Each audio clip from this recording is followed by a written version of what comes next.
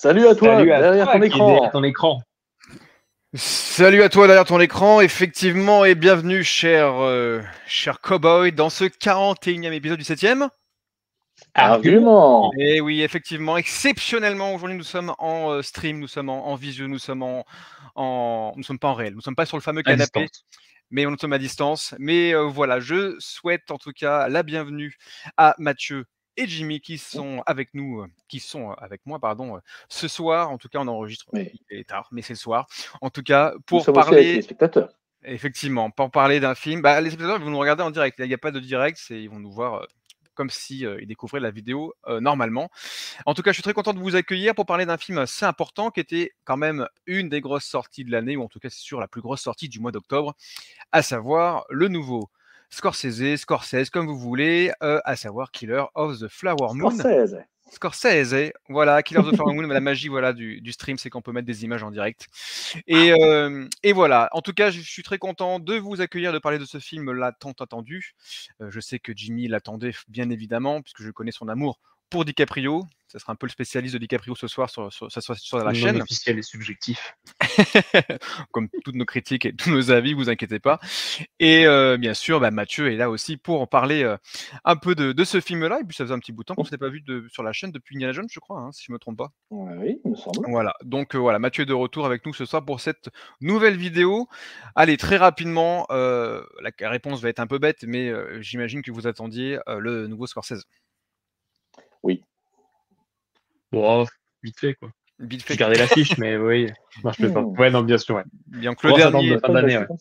Le dernier projet en date était The Irishman, qui était sorti directement sur Netflix. Alors c'était quoi, 2020, c'était l'année Covid, je crois, de mémoire. Ça, je crois.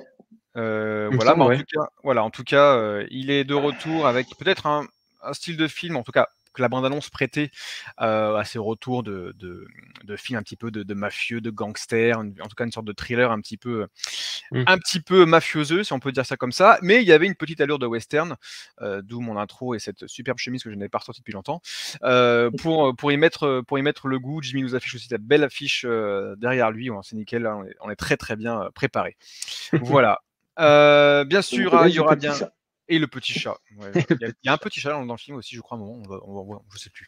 Bref, en tout cas, il y aura deux parties, comme toujours, la partie sans spoil et la partie avec spoil, et vous serez prévenus, autant dans le timecode que là, en direct, quand on vous parlera, puisque vous nous suivez dès maintenant.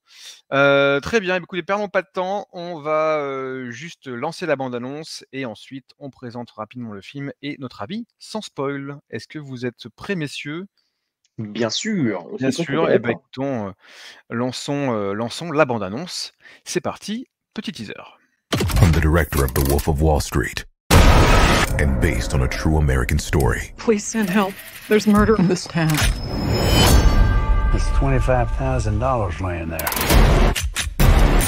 I was sent down from Washington, D.C. to see about these murders. What's he found out? Nothing. Well, you seem nervous. I got no nerve. You think someone's gonna hurt you? You think I'm gonna hurt you? Killers of the Flower Moon. Voilà, un petit extrait de Killers of the Flower Moon. Alors, il y avait plein de spots, plein de teasers. J'ai mis c'est un teaser américain déjà, celui-ci. Ouais, et pour vous l'avoir montré, j'avais même choisi ce teaser avant d'aller voir le film. J'ai déjà préparé un petit peu en amont mes choses. Donc, on vend vraiment le film là comme une sorte de thriller assez dynamique, avec des explosions, des fights et tout. Est-ce que le film sera comme ça? Est-ce que vraiment le film a été vendu de la bonne façon? Je ne sais pas, mais en tout cas, on est là pour en parler. Du coup, pour pitcher rapidement le film, nous sommes au début des années 20. On suit le personnage de Ernest, du coup, campé par DiCaprio, qui va, après avoir servi pour l'État américain après la guerre. Je ne sais plus quelle guerre, je ne sais pas si c'est spécial. La Première Guerre mondiale. Ok, c'est bien ce qui me semblait. J'avais un doute, je ne savais pas s'il y avait autre chose, mais voilà. Bien après la Première Guerre mondiale, il retrouve du coup son frère et son oncle qui sont à la tête du coup d'un domaine qui gère du coup des champs de pétrole, mais ce domaine-là est sur des terres Osages. Donc les Osages, c'était une communauté indienne de l'époque, et amérindienne, effectivement, qui était sur place et qui sont plutôt bien gérés par des hommes blancs, en tout cas les Américains pur blanc. Et qu'est-ce qui va se passer au fur et à mesure du film? On va pas trop vous le spoiler, mais en tout cas, tout va être fait pour gagner un maximum d'argent et de piller ces personnages, et peut-être des histoires de meurtre vont s'en suivre. Donc voilà. Le film est adapté d'un Pas récit, très d'un caché qu'il livre. y a des meurtres. Pardon, Mathieu? Je disais, c'est pas très caché qu'il y ait des meurtres, c'est dans la bande-annonce directement. Oui. Et dans les premières minutes du film. Tout à fait. Mm.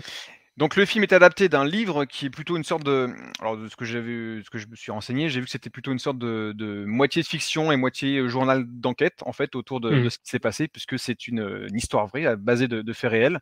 Une histoire que personnellement je ne connaissais pas, hein, avant d'entendre parler du film et de voir les interviews autour du projet. Première histoire et première enquête, parce que dans le film il y a aussi un petit peu d'enquête à un moment, surtout la deuxième partie du film. Première enquête de ce qu'on connaît aujourd'hui qui s'appelle le FBI, mais qui à l'époque ne s'appelait pas encore le FBI, mais le BI, je crois, c'était le nom qu'ils ont au tout début. Ouais, le Voilà. bureau d'investigation, ouais. Et ce qui m'a fait rire, alors juste pour la petite anecdote, c'est que du coup il y a eu un film sur J. Edgar Hoover, qui est le créateur du FBI, qui Ouais, était le joué par patron, DiCaprio aussi. Donc du coup, ça Ouais. m'a fait rire du coup Film d'entendre de qui Clint existe, Eastwood. ouais, de ce lien. Bref, voilà, en tout cas pour parler du projet, c'était un projet que forcément a mis du temps à se faire. On est, je crois, à 200 millions de dollars, à savoir le plus gros budget de Scorsese jusqu'à aujourd'hui. Donc je pense que la reconstitution aussi amenée, parce qu'il y a beaucoup de choses dans le film qui sont en décor réel et en costume, effectivement. Donc je pense que ça a pas mal aidé aussi. Et puis bien sûr, le casting est assez gros, puisqu'on retrouve deux acteurs fétiches de Scorsese, à savoir DiCaprio et De Niro notamment. Donc Mon voilà. cœur avec Ethel. Effectivement. Peut-être que dans le prochain, je ne sais pas, il y a encore des projets qui arrivent. Voilà, bref, j'ai assez parlé, j'ai assez pitché du film.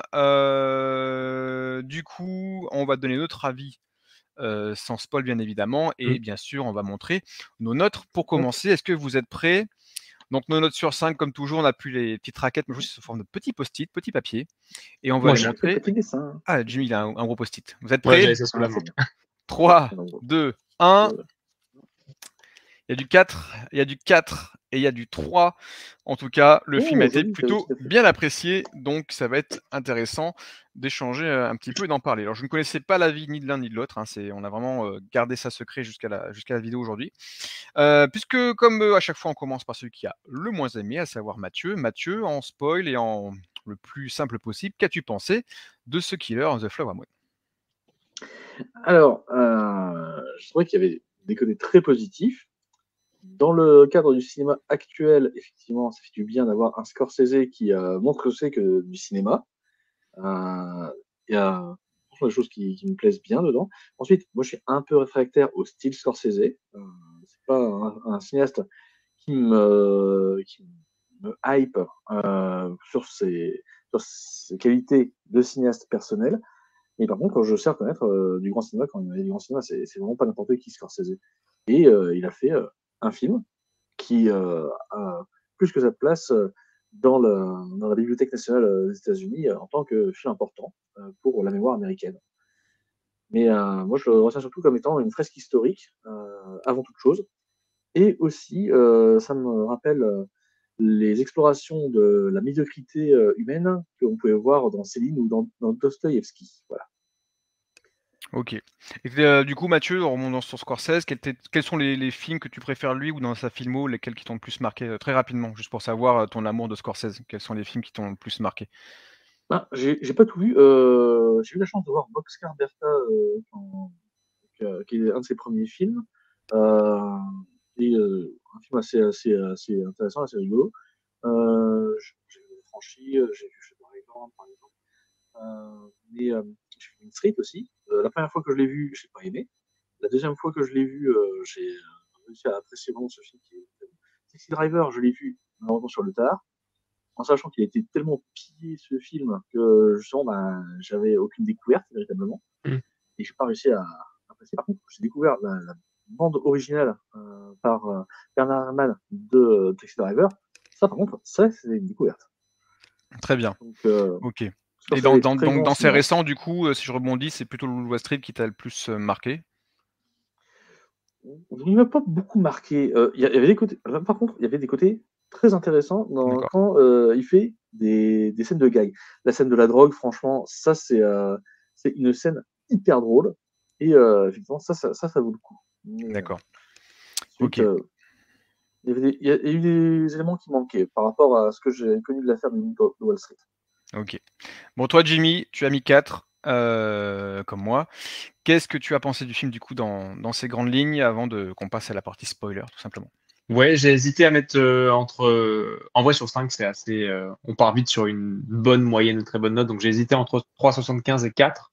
Je suis parti sur un 4. Il me fallait un petit temps pour le digérer. Je pense que je retournerai le voir, même s'il fait effectivement 3h26. Quand même, aussi, je pense, le plus lent. Non, il est moins long que The Irishman. Je sais plus. Je crois que c'est Ouais, il est plus court, 3h40, de The 3 Irishman, un minutes. truc comme ça. Je crois que c'est Donc plus un long. petit peu moins.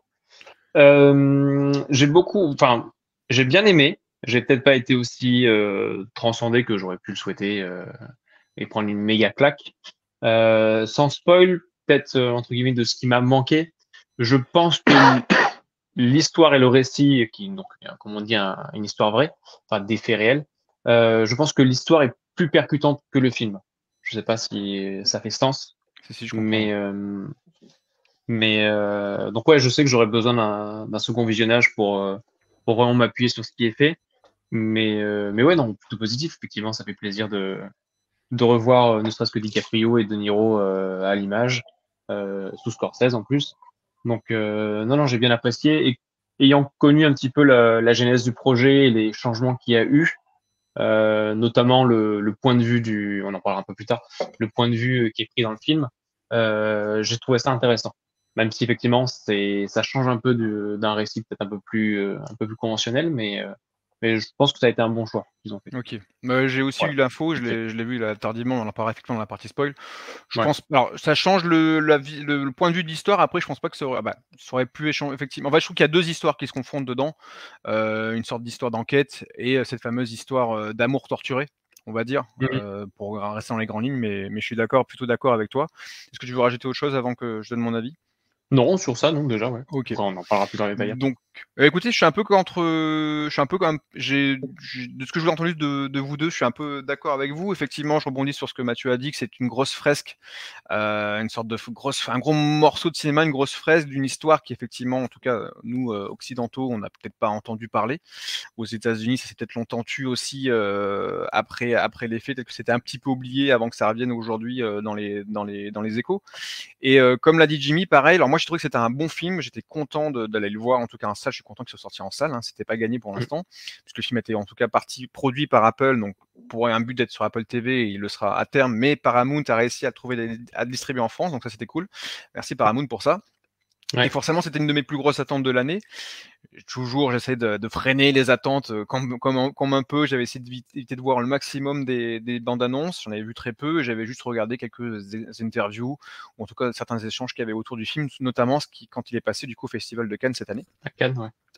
Donc voilà, donc j'ai entendu parler de cette histoire un petit peu oubliée, de ces meurtres qui ont suivi le début des années 20 sur ce peuple amérindien, pour une histoire d'argent et de pétrole. Et du coup, non, j'avais hâte de voir ce que Scorsese allait en faire. Donc Scorsese, c'est pas non plus mon réel préféré. Il y a des films que j'aime beaucoup, il y a d'autres que j'aime beaucoup moins. Moi, je sais que le Loup Wall Street, effectivement, c'est ce qui m'a le plus peut-être marqué parce que je l'ai vu à sa sortie et qui avait bien fait écho à l'époque où je l'avais vu. J'en étais en école de cinéma en plus à ce moment-là, Mathieu, si je ne me trompe pas, je crois que c'est 2013, le Loup Wall Street. Mais j'aime beaucoup Taxi Driver, j'aime bien l'univers qui dépeint dans Casino, dans Les Affranchis par exemple. J'aime bien aussi notamment Silence, qui est pas le plus connu, mais qui est dans ces derniers. Je trouvais ça hyper intéressant, encore sur une autre façon de raconter une histoire. Même d'ailleurs, quand je l'ai vu, j'avais pas tilté que c'était Scorsese. C'est qu'après, mais c'est Scorsese qui a fait ça. Bon, bref, en tout cas, il a quand même toujours des projets assez intéressants. Et quand j'ai vu ce film-là, quand je suis sorti du film, donc j'étais le voir avec Cora, qui a moyennement aimé le film, un peu comme toi, Jim, elle a pas été transcendée par le projet. Elle l'a trouvé un petit peu long. Alors moi, je suis d'accord que c'est un gros morceau, que ça dure 3h20 et qu'on sent un petit peu les 3h20, mais je trouve que comment veut raconter l'histoire Scorsese et ce qu'il veut en faire, cette longueur est nécessaire. Peut-être pas forcément, n'en fait pas Il est long, le mais pas meilleur forcément en termes péjoratifs. Ouais, je trouve que cette longueur, elle est nécessaire pour en tout cas influer tout ce poison métaphoriquement va du coup gangréner tous les personnages et ce malaise qu'on pourra un petit peu décrire après avec les personnages qu'on va aborder après. Mais voilà, je trouve que c'est un projet que je suis content de l'avoir vu, que je suis content de voir encore aujourd'hui et Je mettrai peut-être en titre de la vidéo, on verra ça. Mais je me dis, est-ce que c'est pas non plus ce film-là, une sorte de film testament un petit peu? En fait, quand j'ai vu ce film-là, ça m'a fait penser un petit peu, alors dans une autre optique, mais à ce qu'avait fait Tarantino avec Once Upon a Time in Hollywood. Tout ce qu'il avait fait ou tout ce qu'il avait gangréné dans ses films précédents, il en fait une œuvre un petit peu comme ça, d'auteur, même si Scorsese a toujours été un peu plus auteuriste que Tarantino. Mais du coup, voilà, j'ai un peu vu une sorte d'œuvre testamentaire de Scorsese, même si c'est pas son dernier film, on sait qu'il y a d'autres projets qui vont arriver. Mais parce que j'y ai vu un petit peu ce qu'il avait déjà fait ou déjà un petit peu raconté avant dans des histoires différentes. Mais même dans ce traitement des personnages, à chaque fois, Scorsese, c'est quand même mettre en avant des antagonistes, mais qui sont des personnages principaux et essayer de leur influer un petit peu d'humanité. Ce qui est le cas, par exemple, par le personnage principal je reviens encore à Loup de Wall Street, qui était un petit peu la même chose, sauf que c'était un peu plus tiraillé sur l'ironie, la satire et la comédie. Là, on est vraiment dans un drame pur et dur. Et je trouvais ça, du coup, voilà, un petit peu film testamentaire, un peu film de fin de filmo, même si c'est pas vraiment sa fin de filmo. Et est-ce que ça signe pas non plus, voilà, la question elle est là, à une fin d'un certain cinéma, un certain nouvel âge d'or d'Hollywood que nous on a connu avec ces grands réalisateurs des années 70 à du coup on va dire jusqu'à aujourd'hui dans les années 2000-2010 quoi. Est-ce que ça signe pas dans sa façon de construire le film, dans sa façon de les narrer, dans son côté un petit peu classique, parce que je trouve un de ses défauts pour moi personnellement, c'est quand même des défauts pour moi dans le film, c'est qu'il y a ce côté un peu classique de narrer une histoire. Je trouve que la mise en scène manque un petit peu parfois de virtuosité. Alors des fois il y a des super plans, comme notamment le plan d'ouverture où là tu as carrément une plan un plan pardon? Non, je peux peut-être dire le plan au ralenti avec. Non, pas le plan au ralenti, alors pas celui où les Indiens découvrent le pétrole, là, qui est le plan d'ouverture, entre guillemets. Non, c'est plus le plan où on va amener du coup la caméra survoler des champs avec du coup ce qui est normalement le business des blancs, donc les bœufs et les vaches. Et on arrive au milieu en fait d'une petite bicoque, une petite maison qui est la maison de l'oncle. Et qui du coup, pour moi, cette scène dépeint tout ce qui va arriver après. En tout cas, pour moi, elle dépeint vachement ce que ça raconte. On est sur une terre qui est presque vide, mais qui est désertée. Limite, les vaches peuvent faire penser à ce peuple amérindien qui est traité par les blancs, et parce que le blanc, il a la maison, il est au centre, et c'est lui qui va du coup gérer tout ça autour de lui, alors que c'est pas ses terres, par exemple. Voilà, bref, ça c'est une métaphore que moi j'ai compris comme ça. Je sais pas si c'est le plan, ce que veut raconter le plan, mais voilà, je trouve qu'il y a des plans hyper cool comme ça, mais souvent, quand on est pied à terre avec les comédiens, ce qui est le 3/4 du temps le cas, je trouve qu'on est sur des champs contre champs toujours assez classiques. Je trouve qu'effectivement, il y a des choix de mise en scène, des choix de plans. Des fois, la caméra est hyper loin et on filme un dialogue qui est hyper important. Mais je trouve que cette distance, des fois, casse un petit peu la dramaturgie du film. Je sais pas si vous voyez à quel plan je fais référence. Plusieurs fois dans le film, il y a la caméra est assez loin. J'en vois un. Et ce qui se passe vraiment le plus intéressant, donc les dialogues qu'on entend, en fait, sont pas forcément ce qu'il y a au premier plan. Des fois, je trouve que ça casse un petit peu le poids, ou en tout cas la dramaturgie de la séquence, sans forcément parler du film en général, mais surtout de la séquence par moment. Bon, bref, voilà. Donc je trouve que voilà, il y a du très très bon, comme il y a des choses un peu que j'aime moins, mais dans la globalité, c'est un film qu'on aura du mal à faire, je pense, encore dans 10 ans. Dans sa façon de traiter les sujets, ou dans sa façon d'écrire des histoires, ou en tout cas de narrer des histoires. Parce que Scorsese n'arrive pas à bout de souffle de ce qu'il peut nous donner, ce qu'il peut faire, parce que lui, il est d'une école et d'un âge d'Hollywood qui commence à être un peu plus ancien. Voilà, je ne sais pas si vous comprenez ce que je ressens, mais c'est ça que je ressens quand je vois Killers of the Flower Moon, qui reste pour moi effectivement un très bon film et qui sera sûrement dans mon top 10 de l'année. Ça, j'en doute pas. Voilà. Sur le côté testamentaire, je comprends un petit peu, je l'avais pas vu comme ça, mais on pourrait grossièrement dire qu'effectivement, c'est un peu un best-of des compétences et des sujets traités, parce que c'est vrai que le film est assez long, donc il est riche, il est complexe de beaucoup de choses. Ouais. Après, est-ce que c'est une fin je l'ai pas forcément vu comme ça, je pense pas forcément, mais l'avenir nous le dira.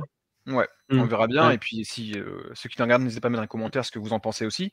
Mathieu, est-ce que toi tu l'as senti comme ça, ou est-ce qu'on passe à la partie spoil? Alors, pas du tout. Moi, je ne l'ai pas senti comme ça pour une raison bien simple. Le cinéma est en perpétuel renouvellement. Quand John Ford est mort, c'était aussi une époque d'Hollywood qui a disparu. Quand la nouvelle vague française est arrivée, il y a eu un bouleversement aussi qui a changé. La nouvelle vague s'est échouée sur les rochers. Je dirais s'est fracassée. Scorsese est un des héritiers de la nouvelle vague française et surtout de ses répercussions. Ça s'est parlé dans Main Street. C'est ça qui était intéressant dans ce film-là en particulier. Et aussi dans un film que je n'ai pas cité, mais qui m'a bien marqué quand même, c'était La dernière tentation du Christ, Là, c'est un Scorsese quand même que je conseille à. Je l'ai pas vu celui-là, moi. Il est très très bon celui-là. Et ce film-là, alors oui, évidemment, c'est un film synthèse, mais Scorsese a souvent été un réalisateur synthétique à ce niveau-là. C'est un film testament. Il est quand même assez âgé, Scorsese, donc il donne. C'est un cartouche. Je dirais plutôt que c'est The Irishman qui serait plutôt un film testament, puisque là, je trouve effectivement à la fin, avec des vieux qui, Ouais, non, je suis qui d'accord. ont leur place. Mais Mais je l'avais aussi, pardon Mathieu, je te coupe, mais je l'avais aussi senti effectivement dans Irishman. Alors peut-être différemment parce que on l'a découvert malheureusement que sur la télé entre guillemets. Et là, le voir ce film-là au cinéma, alors peut-être que Irishman ça m'a encore plus effectivement lancé dans ce sens-là. Mais voilà, c'est plus peut-être une sorte de. Me dis, est-ce que ce film aurait été fait il y a 15 ans dans la façon dont il est monté, dont il est tourné, dont il est composé? Ça m'aurait pas choqué. Je me serais pas dit je sais pas 2005 que ce film-là sort. Je sens pas qu'aujourd'hui que ce film-là en 2023 respire autant de nouveaux, pas de nouveautés, mais autant d'ambition et de façon de faire que le cinéma a pu avoir en 20 ans. Voilà, alors peut-être parce que c'est la façon plus classique de raconter l'histoire qui est peut-être aussi là. Tu vois, Spielberg, quand il a fait Ready Player One, il est à des années-lumière de sa narration quand il a fait, je sais pas, E.T. ou Rencontre du troisième type, tu vois. Pas tant que ça en fait. Il s'est affiné, mais Scorsese comme Spielberg, justement, sont, on va dire, entre guillemets, les dinosaures du cinéma actuel. Parce que justement, ils ont commencé dans les années 60-70,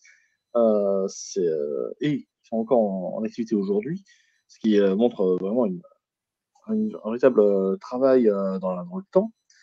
Mais il ne faut pas oublier non plus que Scorsese comme Spielberg ont maintenant des héritiers spirituels avec des cinéastes qui vont tracer leur propre sillon, qui seront les cinéastes de la prochaine génération, avec lesquels les enfants vont grandir, puis vont mûrir aussi leur cinéma, leur cinéphilie. Et c'est en cela que justement, je ne pense pas que ce soit une perte. Je pense plutôt que c'est une transmission de génération en génération. Et ce film-là, j'en parle d'une génération mauvaise herbe qu'il faut couper, il faut la couper justement en la dénonçant ses erreurs, ses fautes. Ça, c'est la question justement du péché qui est centrale dans la pensée scorsésienne. Et en plus, comme Scorsese. Oui, mais c'est pas forcément des films que j'ai plus envie de voir. Tu vois, quand j'ai vu ce film-là, ça m'a plu. Je dis pas qu'il faut forcément passer à autre chose, mais j'ai vraiment l'impression qu'il a transpiré effectivement une plus ancienne façon de raconter des histoires. Peut-être parce qu'on en a beaucoup vu et que j'en ai aussi beaucoup vu maintenant. Mais c'est plus dans cette optique-là, tu vois. Je trouve que c'est plus dans la façon d'avoir raconté. Je ne m'attendais pas forcément à un tel classicisme face à comment le film a été vendu, malgré les bandes annonces, par exemple, et à la façon dont. Scorsese aurait pu le faire, tu vois, j'aurais pu le voir faire d'une autre façon, toujours à la Scorsese. Je trouve que le Loup de Wall Street a une dynamique bien plus récente, bien plus moderne, même si ça raconte pas la même chose que le Killer of the Flower Moon ou que The Irishman dans un sens. Voilà. Mais bref, on va avancer pardon, Jimmy. Je pense que c'est à cause du sujet que justement il a fait ça d'une manière classique. Ouais. Ce que j'allais dire aussi.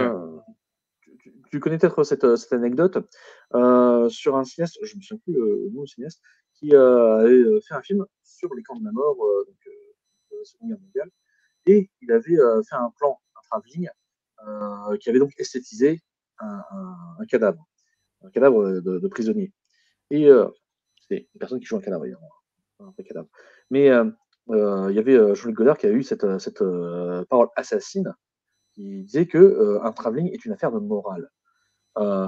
Et justement, la question du respect aux victimes de tragédie, c'est une question qu'il faut se poser. Et si justement il avait esthétisé, est-ce que justement Scorsese, encore une fois, héritier de la nouvelle vague française, et donc influencé par Godard, entre autres, est-ce que justement il ne serait pas dit, si je fais un film qui est plus joyeux ou plus fictionnel que réaliste, est-ce que justement je ne suis pas en train de me moquer ou en tout cas de minimiser l'horreur ont été. Non, qui j'entends effectués bien. dans cette Je pense période. que c'est plus, alors peut-être le fait parce que on va en parler après, mais le film n'est clairement pas un film avec des grosses scènes d'action ou en tout cas un film d'action au sens où on pourrait des fois peut-être s'attendre Non, ouais. dans ce petit projet. Là, on est vraiment sur un film beaucoup plus verbeux.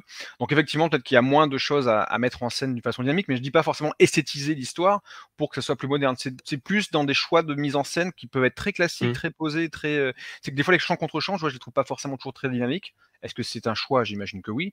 Est-ce que ça voulait être fait comme ça? J'imagine que oui, mais c'est juste que je m'attendais pas forcément à un tel classicisme et sans côté négatif du classicisme. Je trouve qu'il y a des choses qui sont très très bien faites avec 2 caméras posées au sol et puis un dialogue. Mais voilà. Mais on va avancer parce que maintenant on va parler de la partie spoil parce que je pense qu'on a envie de quand même rebondir sur certains détails.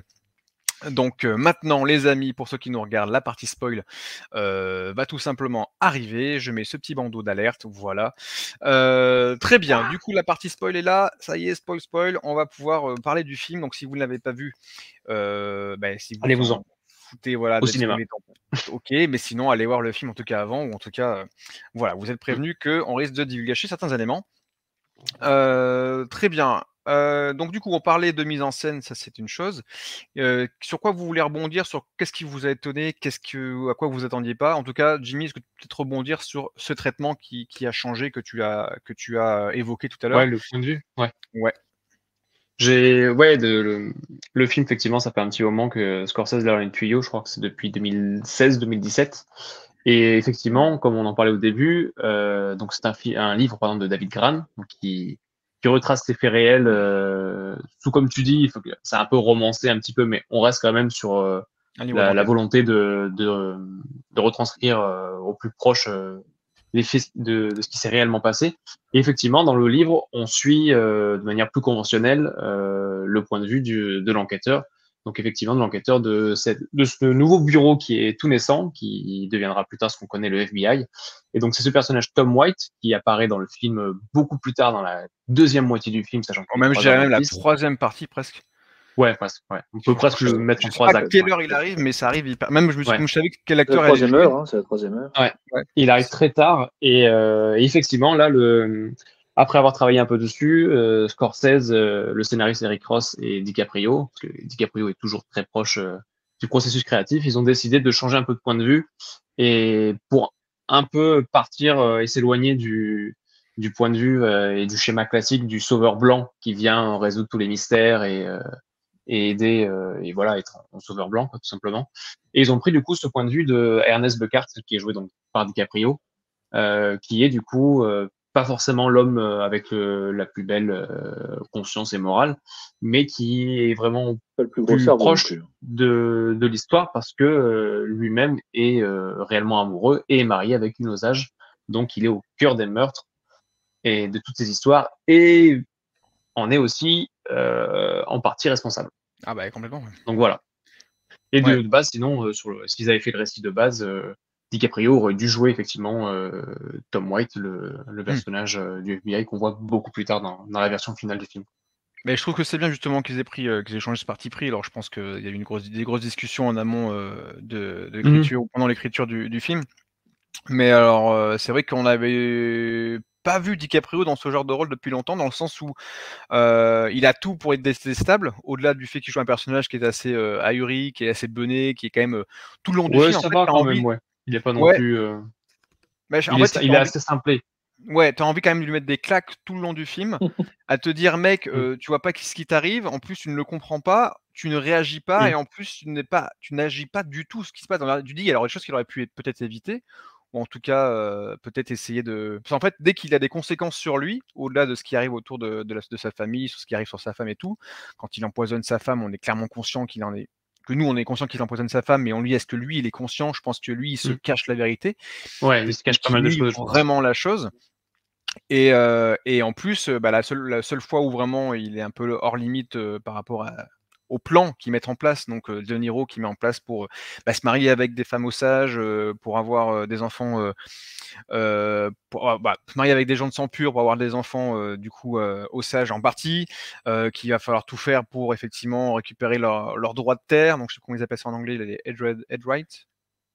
Les droits, je sais Ouais, plus. les droits de propriété, Ouais, les droits droits de de et l'héritage, propriété en quoi. général, quoi. Effectivement, zigouiller, éliminer au fur et à mesure les gens qui sont dans leur sphère, quoi. Donc c'est vrai que Mm. ce qui est fou, c'est que ce personnage de DiCaprio, tout le long du film, moi, je n'ai appris qu'à vouloir le secouer et à, entre Oui. guillemets, pas trop l'apprécier. Et c'est vrai que c'est pas évident Mm. de te faire suivre une galerie de personnages qui est en partie, à part la femme de, alors Millie qui est jouée par, du coup, qui joue la femme de DiCaprio, Lily même Gladstone. Oui. voilà, soit De Niro, que Joué ce par Lily soit Gladstone. l'oncle, c'est Howell, comment il s'appelle, je sais plus, j'ai perdu. Non, c'est William Hale. Bill William Hale. ouais, Hale, pas Hall, Ouais, je sais Hale, plus. le frère de DiCaprio. En vrai, toute cette Mm. bande de personnages, il y a que des connards, quoi. C'est incroyable et je trouve que c'était pas évident de nous faire tenir 3h26 de film Mm. à essayer de te les approprier et essayer de, je dirais pas comprendre leurs convictions, mais essayer de te faire comprendre pourquoi à un moment il y a des hommes comme ça qui ont voulu faire ça et qui ont voulu J'allais te dire, si on veut éclaircir pour les gens qui regardent encore cette partie et parce ils s'en fichent ou autre, pour éclaircir en fait la situation, comme tu dis effectivement, donc les terres où il y a les pétroles et des nappes de pétrole du coup appartiennent à ces Indiens.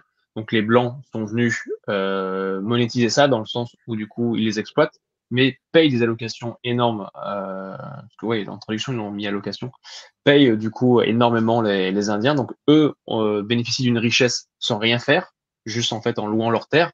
Mais même si effectivement les blancs exploitent ce pétrole, eux techniquement sont très loin de cette richesse et le moyen de récupérer ça, effectivement, c'est de se marier le plus simplement. Des hommes blancs se marient avec des femmes aux âges et après ce plan machiavélique est de supprimer un à un pour que chaque mari hérite et qu'à la fin ça remonte du coup à la tête pensante qui est l'oncle joué par Robert De Niro. Tout à Et fait. comme Et ce il y que a tu dis, ce aussi qui est tête à claque, c'est le fait que DiCaprio, lui, il suit bêtement son oncle parce qu'il lui doit des choses, et bref.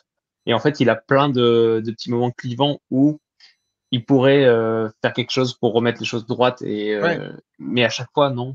Et on se dit, mais pourquoi? Enfin, tu vois, et effectivement, comme tu dis, il y a une bonne partie où il se voile la face en se disant, non, non, mais si mon oncle le dit et que Clairement, et on puis pourra faire comme ça. et si on va encore plus loin, ils ont aussi, chaque Amérindien ont des tuteurs qui gèrent leur argent. Donc en plus, il y a une autre Ouais, oui. façon Ouais, de, je pense, qu'ils les récupèrent banquiers, aussi tout des ça, quoi. profits et des bénéfices via cette partie-là. Puisqu'en fait, on apprend que dans la fin des années, donc fin des années 1890, quand du coup, parce qu'en fait, ce peuple amérindien a été déménagé sur ces terres-là. Déjà une première fois, et ils découvrent effectivement qu'ils sont sur des lieux de gisement de pétrole. Ils deviennent des gens très très riches, ce qui nous montre le film dans les premières minutes, de façon très très bien faite, je trouve. Vachement, il n'y a pas beaucoup de texte et on te montre plein de choses et tu comprends tout à fait. Ouais, c'est assez dynamique, mais c'est bien. Ouais. Et tu comprends effectivement que, voilà, que c'était des hommes les plus riches à un moment donné, je crois que même au monde, je crois que c'était les plus riches au monde. Oui, à un parce moment qu'ils donné. expliquent que c'est les habitants les plus riches en fonction du nombre de population, parce qu'ils sont très peu. Ouais. Et ouais, la richesse par population, c'était les plus riches au monde. Et du coup, voilà, voir ces moutons avec des chaînes en or, voilà, ça a attiré tous les loups blancs, et c'est vrai que c'est à partir de ce moment-là que le film Les loups commence de Wall vraiment, Street. effectivement. Il nous explique du coup pourquoi le plan de l'oncle Hale. Et d'ailleurs, je trouve qu'il y a même un autre plan qui m'a marqué. Moi, alors il y a quelques plans qui m'ont marqué dans le film, puisque tout le reste est assez classique en somme.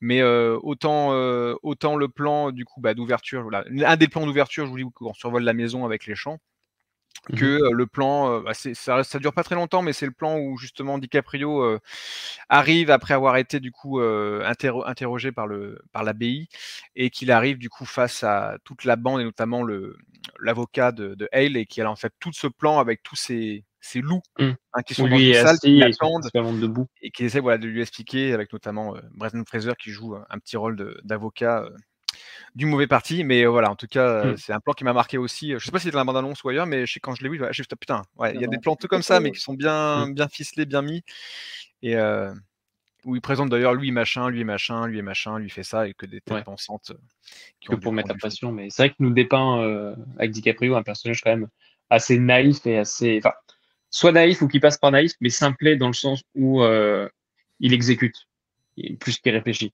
Et même si parfois il peut avoir l'occasion de, par peur ou par différentes choses, alors qu'il semble réellement amoureux de sa femme en tout cas, même si. Il semble, il y a quelque chose que qui même prime. moi j'ai eu le doute en fait pendant une grosse partie du film, jusqu'au moment où à la fin, il va avouer tout ce qu'il a pu faire. et qu'on comprend que quand il parle et qu'il regarde sa femme qui est dans l'audience, qu'on comprend qu'elle est bon. Mais même j'ai du mal à. Enfin, je trouve que justement, un des autres petits, peut-être.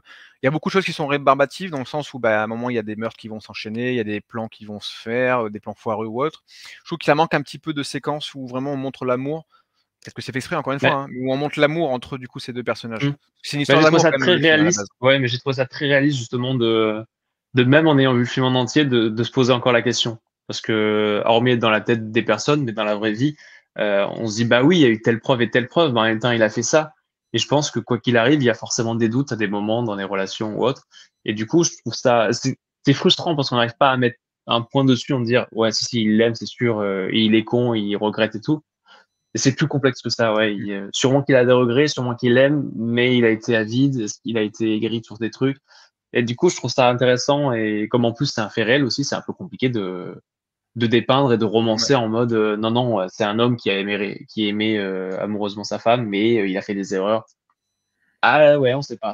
Alors, je trouve Il que l'aimait probablement, mais ça dénote. Alors peut-être je trouvais ça un petit peu du coup après avoir vu le film, vous savez, la séquence où le premier dialogue entre De Niro et DiCaprio, où justement il parle de femmes et tout, un petit peu en mode graveleux, et qui lui dit ouais j'adore toutes les femmes, machin, machin, machin. Donc il y a vraiment un focus sur ce mec qui soi-disant n'est pas un coureur parce que bon on comprend bien qu'il a pas beaucoup de neurones. oui, c'est vrai qu'on Mais le finalement, dépeint pas après, comme ça. ils en jouent pas trop de sa. Alors, sa séduction se fait au fur et à mesure, assez subtilement.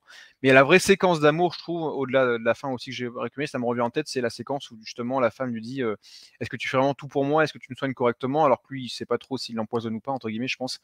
Mais où Ouais. il s'énerve un petit peu d'un coup et qui lui dit mais bien sûr, je ferai tout pour toi, et qui s'énerve et tout, et qui c'est normal qu'il s'occupe d'elle. Alors qu'il fait tout l'inverse, malheureusement, indirectement, quoi. C'est toujours cette main marionnette que DiCaprio a face à De Niro et sa Il bande. essaie de se convaincre lui-même, en fait. Ouais. Il est conscient des choses, il connaît pas tous les détails, et en même temps, il veut pas trop les savoir, donc il se voile un peu la face.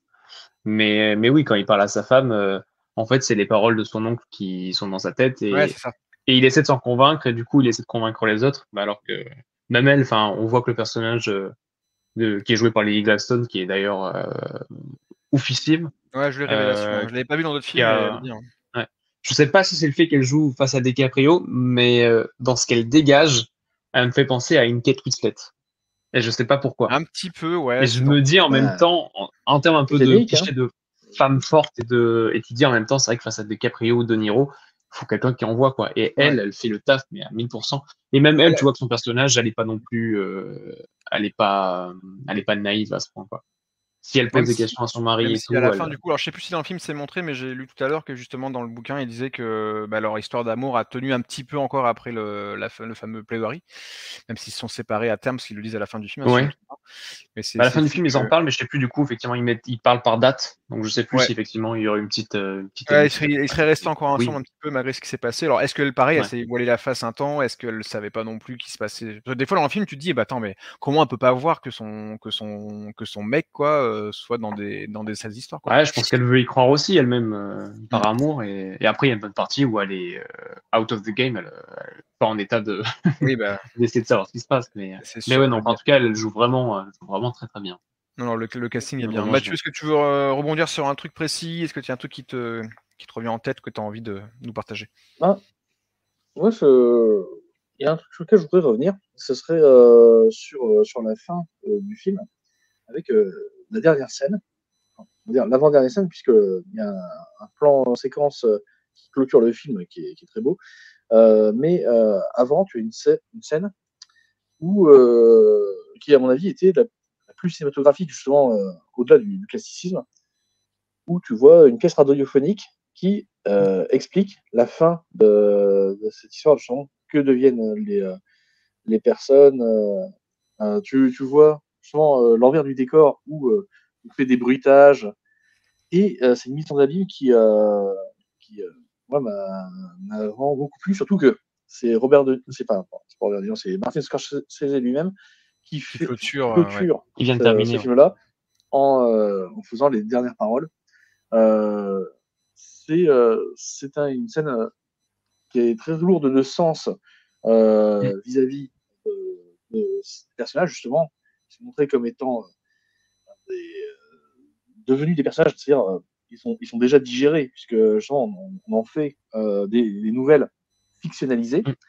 Et en même temps, c'est une belle réflexion qu'il y a sur le fait que ce film-là, Killers of Flower Moon, c'est un des films d'ailleurs qui marche bien au cinéma aux États-Unis, qui justement va éduquer les Américains sur leur propre histoire, mais en même temps, ça rappelle que ça ne reste pas moins à une version fictionnalisée de la réalité.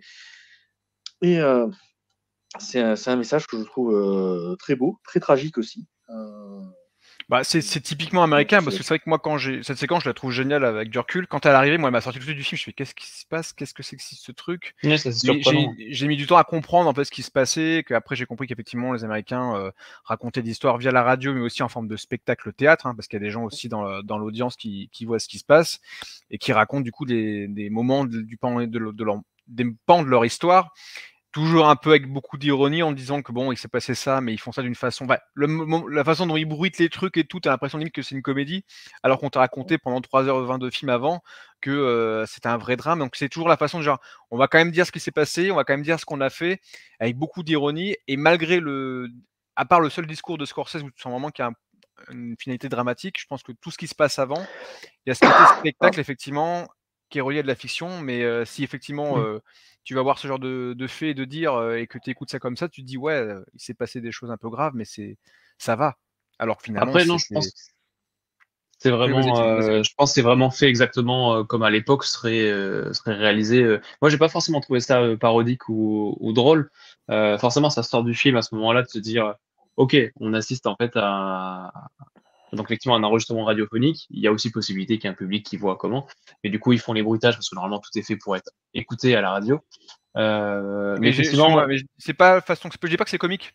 Je dis que c'est de façon très édulcorée, comme c'était un tout petit pan de l'histoire et que c'était pas trop grave, alors qu'il y a quand même une douzaine de personnes, voire une vingtaine de personnes qui ont été assassinées, quoi. C'est ça qui est ouf. Du coup, moi, sur ce moment, effectivement, j'étais un peu sceptique de savoir quel était l'intérêt, où ça nous menait, et c'est vrai que ça sort un peu du film. Et c'est en ça que le fait que, du coup, l'intervention de Scorsese met un point d'honneur et confirme effectivement quel est l'intérêt de cette séquence ou autre. Parce qu'il y a pour moi, c'est clairement un cassage de quatrième mur où Scorsese nous explique, voilà, ce que vous venez de voir, grosso modo, entre les lignes, ce que vous venez de voir, c'est un film, mais voilà, ce n'est pas une fiction. C'est un film, mais ce que vous avez vu, c'est des faits réels. Et donc, en gros, comme tu dis, effectivement, pour être un film à étudier pour les jeunes Américains, pour les jeunes dans le monde entier, ne pas oublier que voilà, effectivement, on termine sur une note lourde et dramatique, qui est très intéressante. Et effectivement, je rejoins juste, je fais une petite aparté parce que tu parlais du dernier plan, Mathieu.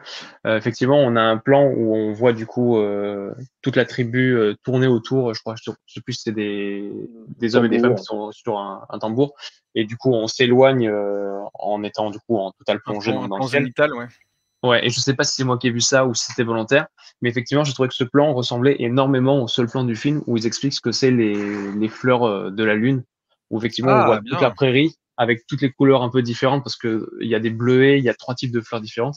Et quand je suis remonté, je trouvais que du coup ce plan revenait un peu sur une note positive en mode effectivement il y a eu des meurtres, mais il y a encore un héritage. Ils sont peut-être pas aussi nombreux qu'avant, mais ils sont encore là. Et du coup ce plan large où effectivement on voit plein de petits points de couleur, ça m'a fait penser aux fleurs. Ouais, j'ai pas pensé à ça. On rebondit sur les. J'ai vu ça au cinéma, ouais. Je suis assez d'accord, ouais. Ouais, voilà. parce que du coup, il y a une petite pointe positive quand même sur ce dernier plan. Et effectivement, on a le générique après, mais on continue sur l'audio de cette cérémonie, ou je sais pas comment on pourrait appeler ça. Ouais, parce qu'on entend des chants, des chants indiens. Ouais, tous ces chants faibles. Ils continuent pendant bien 3-4 minutes sur le générique défilant, quoi. Tout à fait. Ouais, ce Flower Moon, du coup, c'est une période où, du coup, les champs sont recouverts de certaines fleurs, fleurs de la lune, parce qu'il y en a beaucoup et que c'est une période où la lune est peut-être pleine, je sais plus. Et dans le livre, ils vont un tout petit peu plus loin, dans le sens où ils expliquent effectivement où c'est une période, je crois que c'est en mai, où il y a toutes ces belles fleurs, il y a 3 types de fleurs qui poussent, donc c'est un petit côté coloré. Et dans le livre, ils expliquent que juste après, le fait qu'il y ait une période de grande lune, ça fait pousser d'autres plantes qui sont beaucoup plus grandes, et le fait que ces plantes viennent prendre la lumière et l'eau font mourir toutes les autres, donc toutes ces fleurs, donc les Killers of Flower Moon. Et du coup, forcément, quand tu lis le bouquin, tu te dis la métaphore de quelles sont ces plantes, c'est les blancs quoi, qui viennent pour se nourrir et au détriment de tous ces petits fleurs. Tout le Du coup, Killers of the Flower tu Moon. parles beaucoup du livre. Alors, je sais que tu l'as acheté, t'as commencé à lire, tu l'as lu déjà ou? Alors, j'ai lu que les 20 premières pages, donc Bah, c'est déjà bien. je l'ai acheté avant-hier, donc j'ai voulu voir un petit peu pour voir effectivement comment ça commence. Et oui, on a un petit peu après, c'est comme un livre aussi, on a les personnages, on commence, mais quand il y a un nouveau personnage, on explique un peu d'où il vient, comment il a vécu. Mais Tu l'as oui, avec toi, là? effectivement, on prend du... Tu peux nous montrer, juste voir s'il y en a que ça intéresse. Donc, effectivement, le livre qui a forcément, permis le comme document au film. beaucoup d'adaptations, ils ont ressorti une édition avec l'affiche du film, donc bon. Bien évidemment. Le titre original, quand même, reste Killers of the Flower Moon. En version française, les premières fois qu'il est apparu, ça s'appelait La Note américaine. Ouais, j'avais vu du coup l'ancienne pochette, moi, Voilà. qui réactualise avec Voilà. le film. Ils le remettent un peu là-dedans. De base, Donc, il l'appelle La La Note Note américaine, américaine. écrit par, du coup, David Gran. David Gran. Voilà. Ok, bon voilà, pour ceux que ça David intéresse. Gran était aussi présent un petit peu dans le processus créatif. Et c'est justement un peu lui, je pense qu'il les a légèrement aiguillés dans le sens où il a dit, il n'y a pas de souci si vous voulez adapter ça, mais soyez conscient que les Osages ont vraiment une place importante dans ce récit et qu'il ne faut pas la diminuer. Et je pense que c'est ça qui les a fait un peu travailler, qu'ils se sont dit, eh ben, si on prenait un autre point de vue de quelqu'un qui est peut-être plus proche de ces meurtres que l'enquêteur qui débarque plus tard. De toute façon, donc ayant vu, je vous ai dit, les interviews ou les tapis rouges autour du film au Festival de Cannes, il y avait pas mal du coup d'Amérindiens qui sont venus et qui sont des vrais Amérindiens du coup dans la vraie vie, qui ont participé au film. Donc je pense que c'est hyper important que Scorsese ait compris l'essence de l'hommage. Et même du coup, je crois que l'actrice a aussi du sang amérindien, hein, si je ne me trompe pas. Ben, je me suis posé la question, j'espère qu'elle a du... Je crois que bien si, qu'elle ait même... En tout cas, elle a même des origines Osages. Qui me semblerait pas mentir, mais... Jackson, bah oui, elle est amérindienne. Ouais. Mais à Cannes, effectivement, il y avait le chef de la tribu Osage d'aujourd'hui, qui était présent avec De Niro, DiCaprio, Gladstone et je crois que c'était le producteur qui était avec eux en plus. Et ils ont payé DiCaprio en 20 millions de pétrole, que en pétrole. Non, je déconne. 30 millions. 30 millions pour le film, je sais plus si c'était 20 millions ou 30 millions. 30 millions. Il y avait une pub avant le film où DiCaprio faisait justement la pub pour une voiture électrique. Oui, mais il avait la même voiture, la même pub juste avant, c'est vrai. Ah ouais. Le capitalisme. Mais tu vois, tu parlais du film testamentaire de Scorsese. J'en ai profité parce que de base, c'était ça que je voulais récupérer. L'auteur David Gran vient de sortir cette année-là ce livre-là. Et Scorsese et DiCaprio ont déjà acheté les droits. Et c'est le même livre-là. Le même auteur. Ouais. Wow, David Gran. Le prochain film, ça sera bien le. Ok, d'accord. Voilà, vous pouvez voir déjà, peut-être que le titre aura changé, hein, mais Les Naufrages du Bagger qui vient de sortir. Donc je n'ai pas encore lu, forcément. Que je viens de me sur procurer. Quel sujet? Alors, grosso, je pense que ça résume vachement bien. Une histoire de naufrage, de mutinerie et de meurtre. Et je crois qu'effectivement, de naufrage, oui, ils vont s'échouer sur l'île du Bagger et ça se passe en 1740. J'avais entendu, il y a déjà le pitch le pseudo pitch qui a effectivement chuté. Ou bah oui, on peut dire c'est prévu que ce soit leur prochain projet à eux deux, DiCaprio Scorsese. Ouais, c'était la nouvelle bande-annonce du prochain Scorsese. Merci Jimmy. on est Ciné Caméléon. Si je peux faire aussi une dernière remarque sur le film, sur Killers of the Flower Moon, j'ai encore la place Vas-y. Très, très importante de la langue osage que l'on entend. T'as des dialogues en entier, parfois qui ne sont pas traduits, qui ne sont pas sous-titrés en langue osage. C'est un truc que les Américains commencent à vraiment développer, ce côté justement respect que tout le monde n'a pas besoin de parler anglais dans un film. Et ce côté-là aussi, ça fait du bien d'entendre justement cette langue, malheureusement en danger, qui survit, et on peut l'espérer qu'il peut renaître.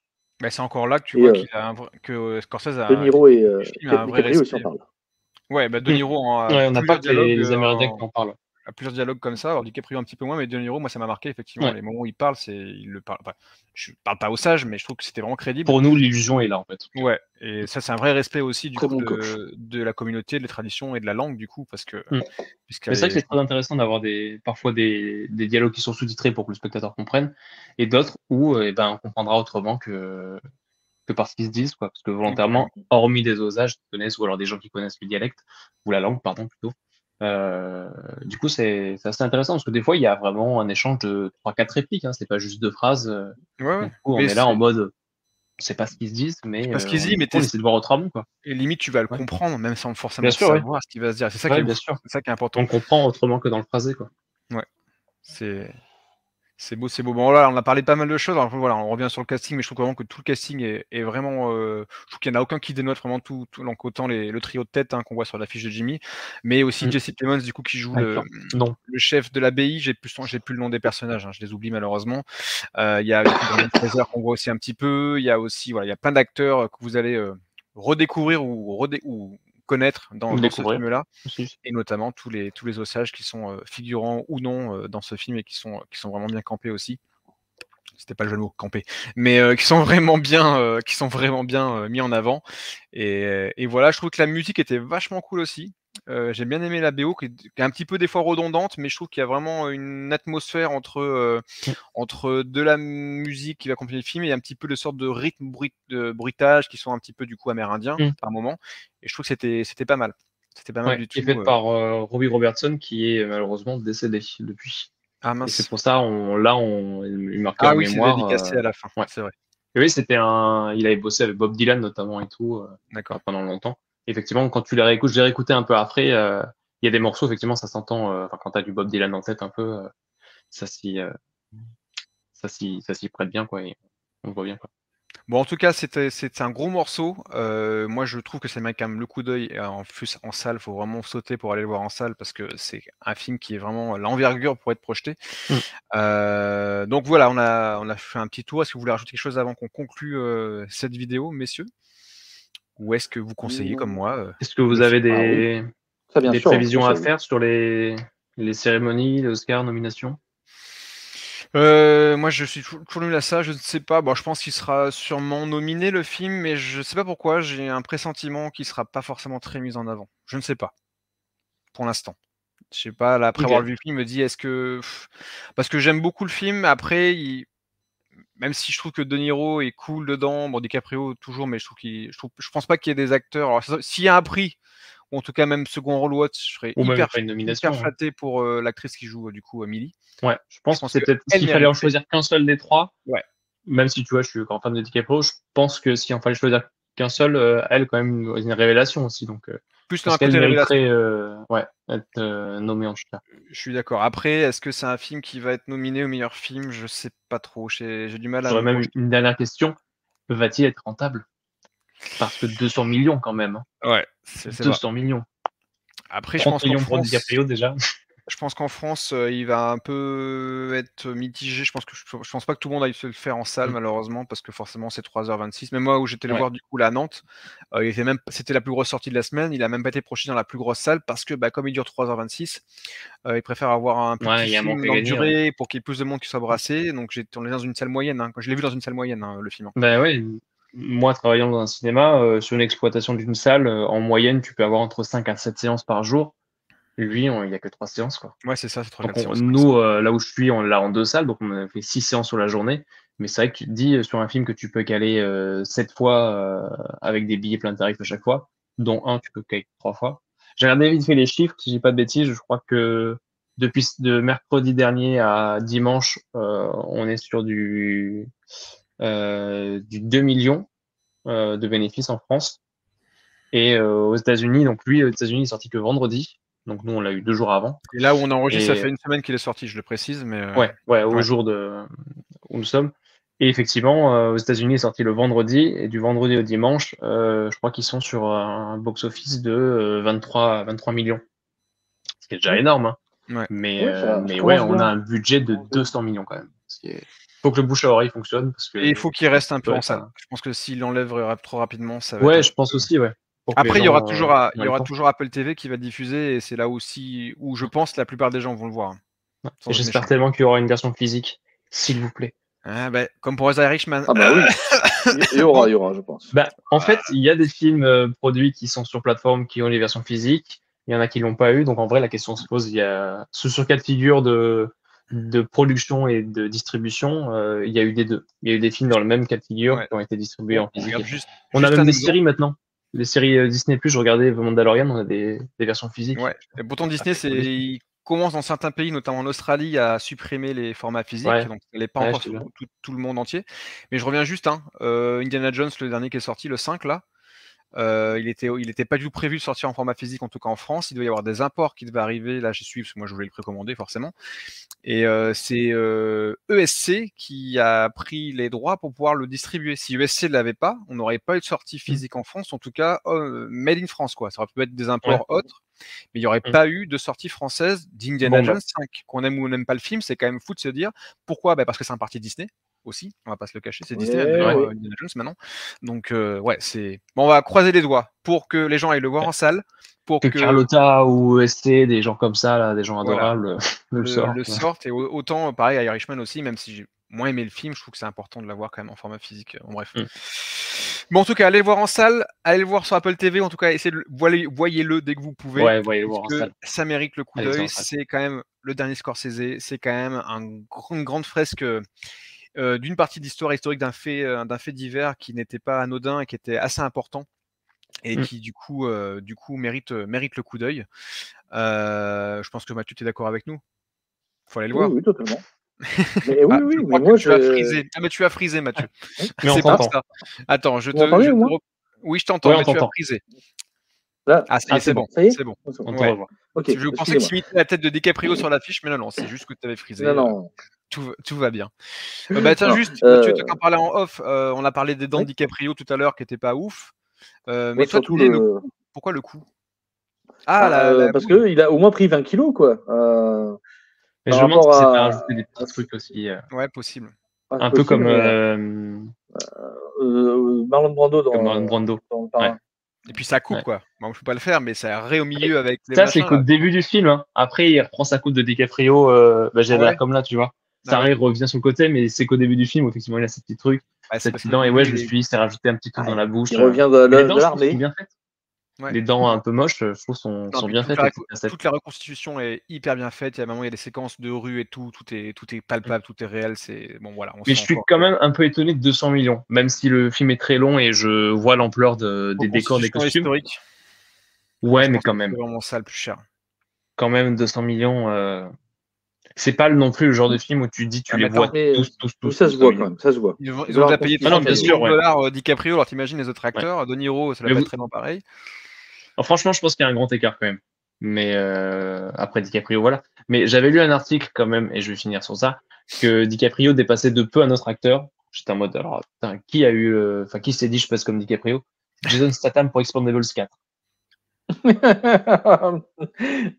Alors ça, c'est la faut savoir que d'aller voir.